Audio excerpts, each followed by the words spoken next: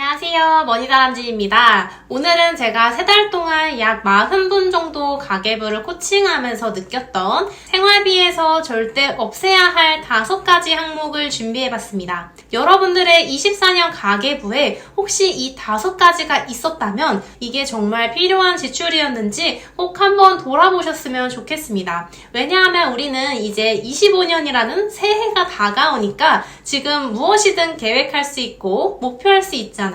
그래서 이번 영상을 통해서 혹시나 반성하고 돌아봐야 하는 부분은 돌아보고, 그리고 25년에는 새로운 새 마음으로 활기차고 현명한 가계부 생활을 해나가셨으면 좋겠습니다. 아직 제 채널을 구독하지 않으신 분들 계시면 옆에 있는 다람쥐를 눌러서 구독해주시면 큰 힘이 됩니다.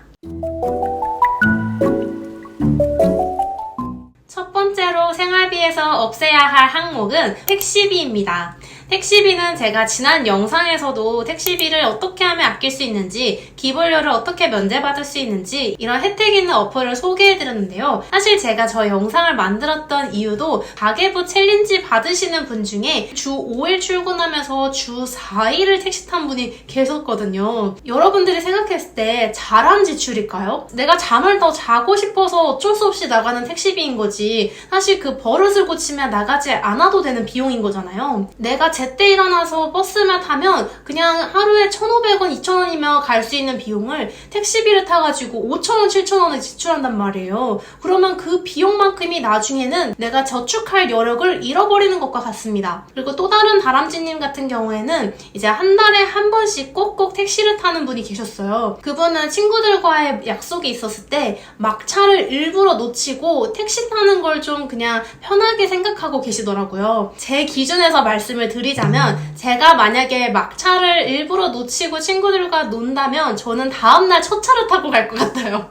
저는 그랬었거든요. 차라리 그게 낫고, 중간에 새벽 2시, 3시에 애매하게 택시를 타고 집에 가면 그때 발생하는 택시비는 보통 만만치가 않습니다.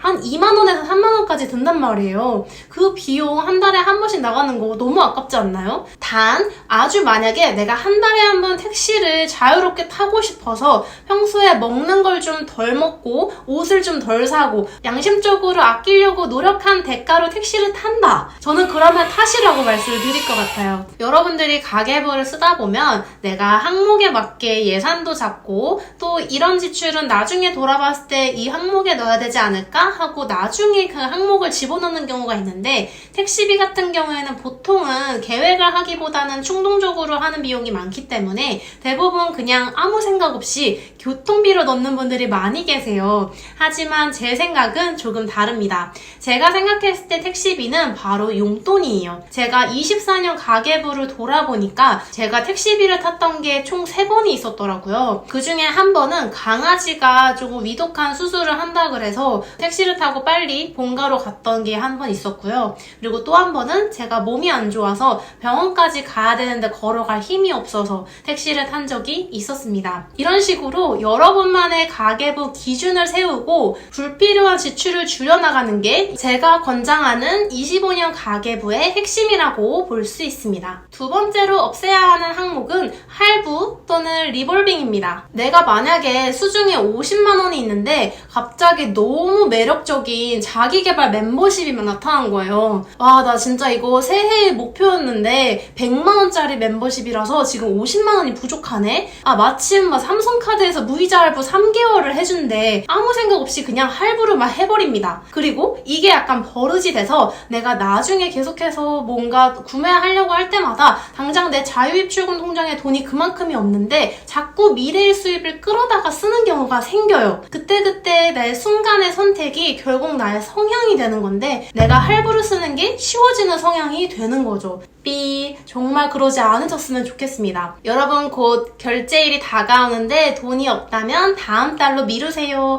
얼마면 됩니다. 이런 식으로 되게 막 유혹을 해요. 그게 바로 리볼빙이죠. 할부와 리볼빙 둘 다 똑같아요. 단순하게 지금 내가 어차피 이자를 안 낸다고, 그리고 어차피 다음 달에 내는 게 오히려 이득이라고 그 몇백 원 혜택 보려고 그런 걸 하기보다는 나의 성향 자체가 내가 지금 돈이 없으면 쓰지 않고 내 미래의 내 수입에 내가 내가 영향을 주지 않는 그런 사람이 되셨으면 좋겠습니다. 하는 일이 어떻게 될지 모르는 거잖아요. 물론 나는 회사를 잘 다닐 거고 물론 나는 건강할 거고 그렇게 생각을 하지만 사실 미래의 수입을 끌어당겨서 쓰는 이거는 여러분들이 뭐 내 집 마련을 위해서 대출 레버리지를 활용한다 이런 거면 오케이. 자산을 위한 그런 레버리지 활용은 오케이지만 내가 생활비로 지출해야 되는데 지금 돈이 없어서 할부를 한다? 이건 여러분이 지금 그 돈을 쓸 능력이 없는 거예요. 그래서 저는 여러분들이 좀 단호하게 앞으로 신규 할부와 리볼빙은 25년에는 하지 않는 것으로 저와 약속을 하셨으면 좋겠습니다. 세 번째 항목은 과도한 선물 비용입니다. 여러분들 주변에는 참 좋은 분들도 많이 계실 거예요.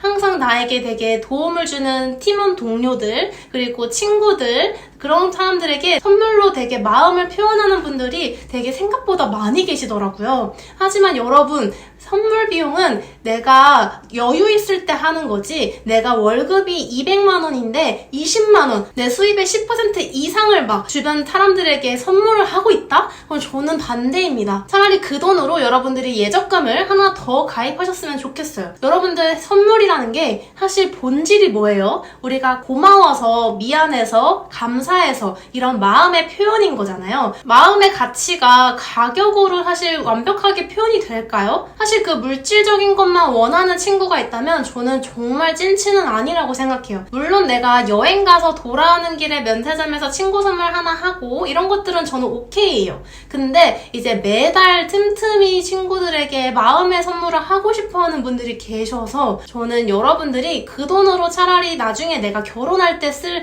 비용을 한 달에 10만 원씩 더 한다든지 우선순위가 무엇인지 좀 정확하게 보셨으면 좋겠습니다. 여러분이 회사에서 팀장님이라서 팀원 동료들에게 카페에서 커피 사고 이런 음료 사주는 게 되게 익숙한 팀장님이시라면 3번 혼낼 거 한 번만 혼내시고 말투 끄듬 처리를 조금 내려서 따뜻하게 한 번 더 얘기를 해주시고 팀원들이 음료 사주는 것보다 사실은 이런 걸 훨씬 더 고마워하지 않을까요? 저는 그렇게 생각합니다. 네 번째 없애야 할 항목은 충동적인 여행비입니다. 솔직하게 저는 올해에 충동적인 여행을 2번 다녀왔더라고요. 그 둘 다 숙박 세일 페스타라고 그 숙박 비용을 7만 원 이상 결제하면 4만 원 할인해주는 정부의 지원 혜택이 있었어요. 평소에 되게 가고 싶은 지역이었는데 마침 지역 축제도 하고 그 세일 페스타를 통해서 굉장히 저렴하게 다녀올 수 있길래 1박 2일로 그때그때 다녀왔었습니다. 물론 저도 이게 약간 합리화한 걸 수도 있어요. 근데 저의 기준으로는 이렇게 나라에서 지원해주는 그런 큰 할인 혜택이 있다면 오케이. 근데 그런 게 아니라 내가 지난달에도 친구들이랑 여행을 다녀왔는데 이번에 12월 되니까 겨울바다가 보고 싶어서 남자친구랑 같이 여행 가자고 얘기를 해가지고 이제 좀 있으면 가려고 한다.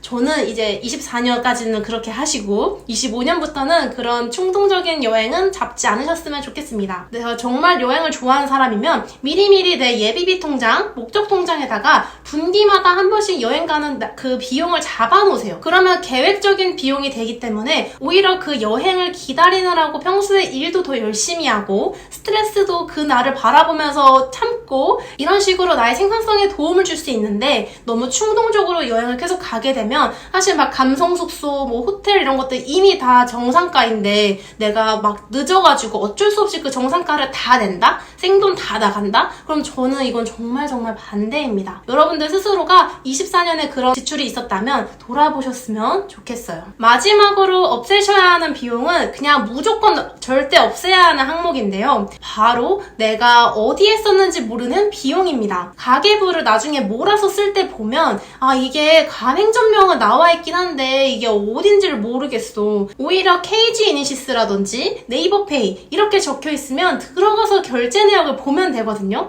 근데 가맹점명이 나와 있는데도 어디서 쓴 건지 모르는 경우가 있어요. 내 돈이 나갔는데 내가 어디에 썼는지 기억이 안 난다? 보고도 모르겠다? 이러면 내가 나중에 카드를 잃어버려도 이거 막 도둑이 결제했는데 이게 내가 쓴 건 줄 알고 카드 잃어버린 줄도 몰라요. 그때그때 내가 결제 알림을 받아놓고 내가 언제 어디서 무엇을 샀는지는 항상 실시간으로 알림을 받고 계셔야 됩니다. 제가 가계부 어떻게 쓰는지 영상으로 소개했을 때 토스 어플에서 결제 알림을 실시간으로 받고 일주일치를 몰아서 주말에 쓴다고 했죠. 저는 가계부를 일주일에 한 번 쓰는 건 맞지만 그때그때 내가 어디서 무엇을 샀는지는 명확하게 기억을 하고 있거든요. 기억을 못할 것 같다라고 하면 그 가계부 쓰는 주기를 짧게 더 타이트하게 줄여서 내가 기억할 수 있는 주기로 쓰시는 게 맞습니다. 이런 비용은 절대 없애셔야 합니다. 25년 가계부에는 여러분들이 현명하게 슬기롭게 지출 관리하고 월급 관리하고 1억 모으기 이런 현실적인 자산 목표들이 있으시잖아요. 저는 그런 목표들을 하나하나 다 너무너무 응원하고 싶어요. 그리고 그 과정에서 제가 도움을 드릴 수 있다면 저는 기꺼이 다 하고 싶습니다. 여러분들이 혼자서 가계부 쓰는 게 어렵다고 하시면 제가 운영하고 있는 가계부 챌린지와 가계부 템플릿이 있으니까 고정 댓글을 통해서 참고하시면 좋겠습니다. 지금까지 머니다람쥐였고요. 다음 영상으로 또 찾아올게요. 여러분 안녕.